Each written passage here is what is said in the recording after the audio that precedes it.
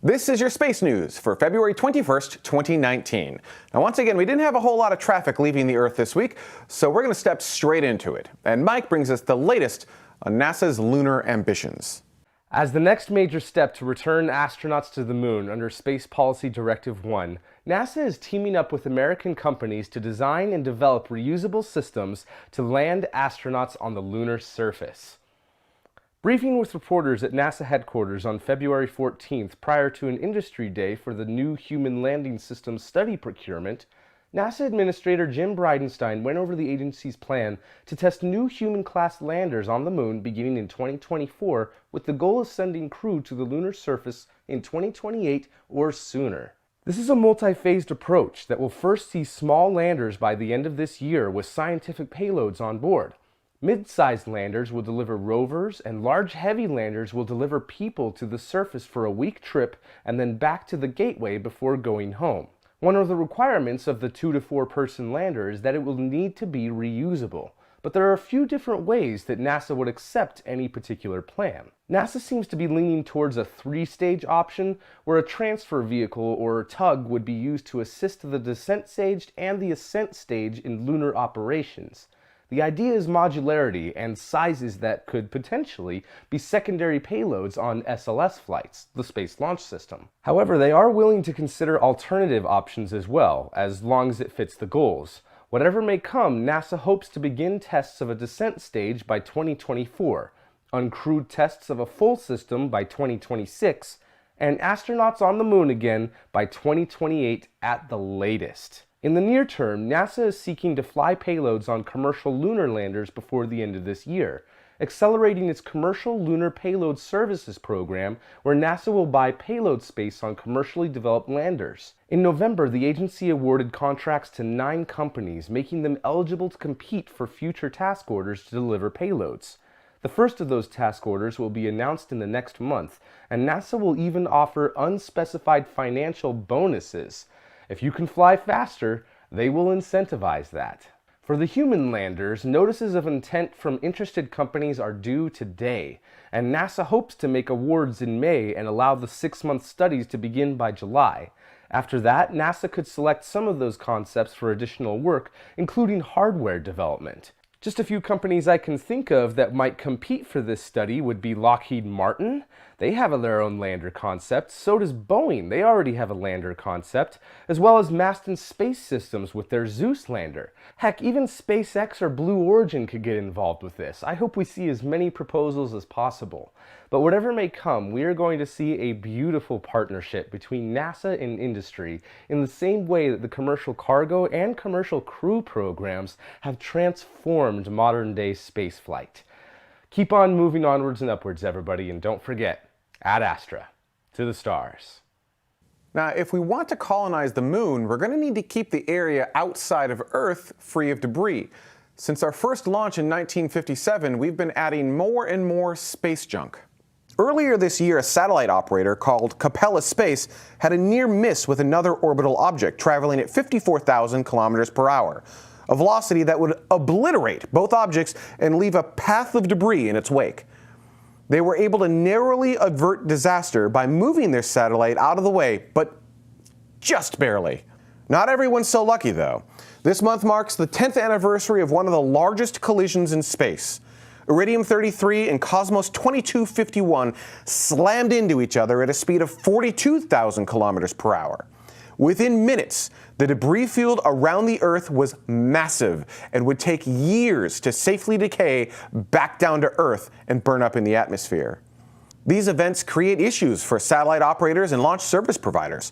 It'll be very hard for us to send humans to the moon or Mars if the rockets have to navigate a deadly debris field. This is where a series of experiments called Remove Debris will come in. Remove Debris was brought up to the International Space Station on the SpaceX CRS-14 mission back in April of 2018. It consists of 4 experiments on a main satellite platform that was ejected from the space station's Japanese airlock on June 20th. The first of those was a net experiment.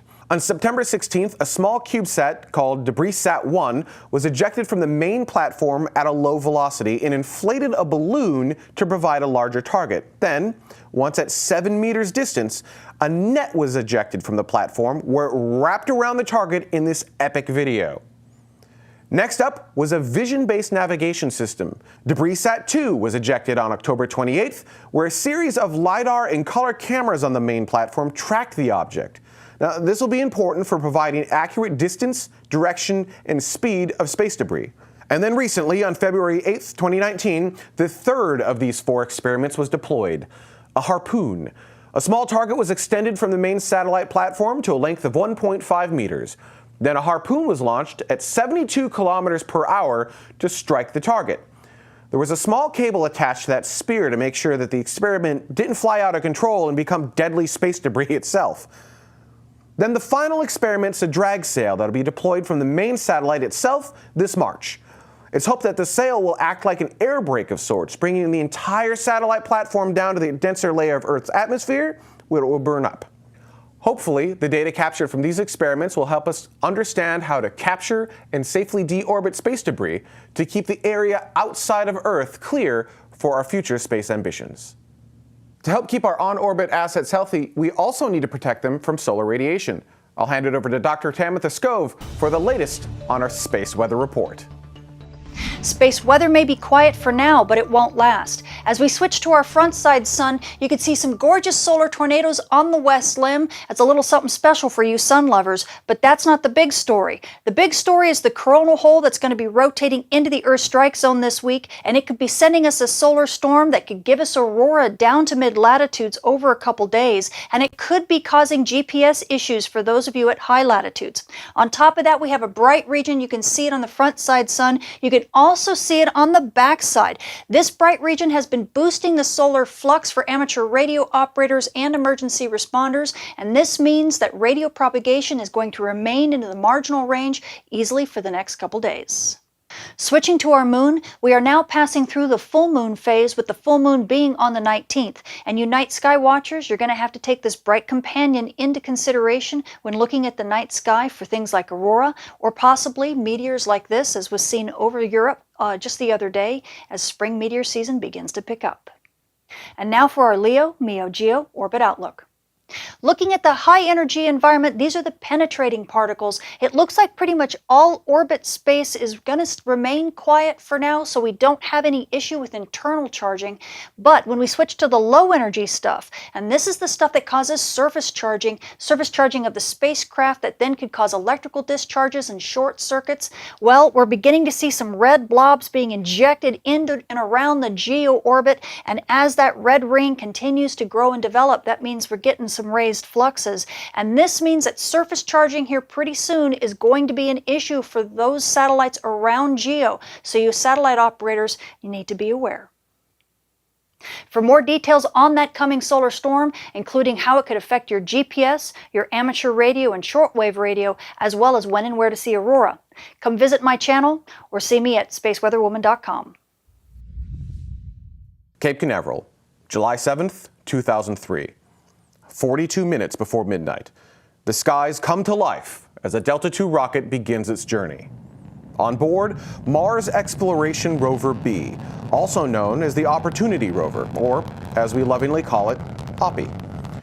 The twin to Mars Exploration Rover A, or Spirit, these rovers were each designed for a 90-day mission, but they gave us so much more than that. After a 6-month journey in deep space, Opportunity arrived at Mars. To land, the rover would need to deploy a parachute, fire landing engines, and inflate a series of airbags that would surround the vehicles to cushion it from impact. These airbags caused the rover to bounce and roll around right into a 22-meter wide crater, the first intergalactic hole-in-one. Right from that landing crater, OPI found signs of water flow on Mars. And after 90 days, the rover had fulfilled its original mission of trying to find conditions favorable to past life. From here, it was assumed that the Martian dust falling from the air would begin to cover the solar panels, choking power from Opportunity's critical systems. But something magical happened that the engineers hadn't expected. Wind would come around each season and blow off the arrays.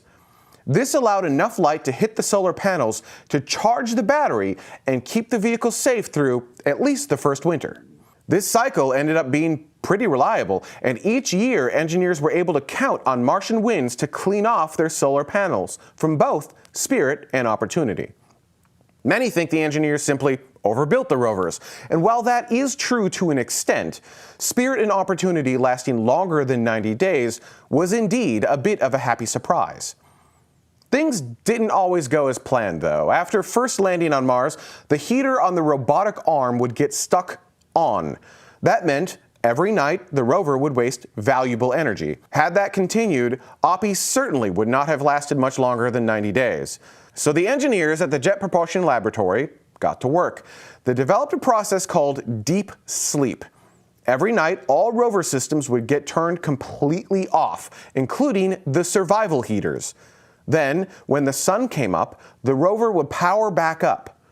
While it would get cold, there was just enough heat in the system to keep it alive, never passing below its allowable temperatures. They had to do this every single night that Opportunity was operational. OPI returned data for more than 14 years. It logged 45 kilometers of travel, or 60 times more than its original plan. It took 217,594 raw images of Mars along the way, which is nearly double of what Spirit captured. In those 14 years, OPI found dramatic evidence that Mars long ago stayed wet for extended periods of time. It showed that conditions could have been suitable for microbial life. It helped forge the way for the next generation of rovers to do new and exciting science on alien worlds. In June of 2018, Opportunity succumbed to a massive dust storm on Mars.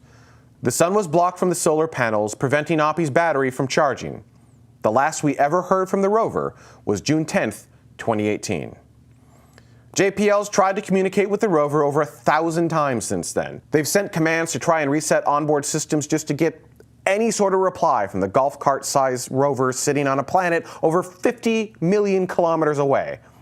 They were greeted with a deafening silence. One theory is that the robotic arm heater bug may be what did the rover in. If the onboard clocks got reset when the system lost power, then when Opportunity woke back up, it wouldn't know what time it was and wouldn't know what time it needed to enter deep sleep.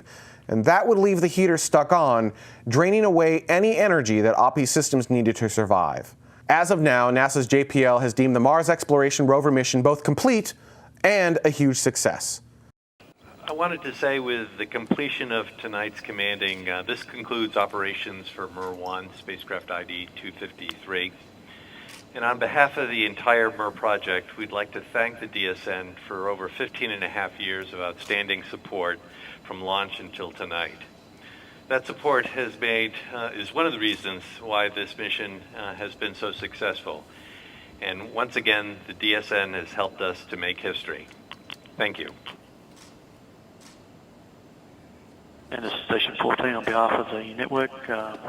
Thank you for your comments, and it's a sad day for all of us. 14, you are released.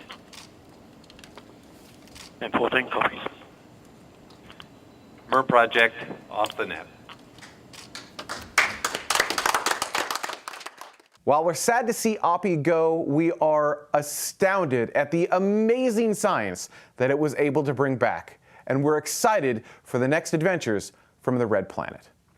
Now, for the near-term adventures coming up on Tomorrow's Space, that's our next live show this Saturday at 1800 Coordinated Universal Time.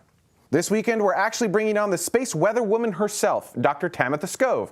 We'll be geeking out over space weather, how she got started, what it means to you, and her vision of the future. It'll be a great deal of fun, so don't forget to watch live.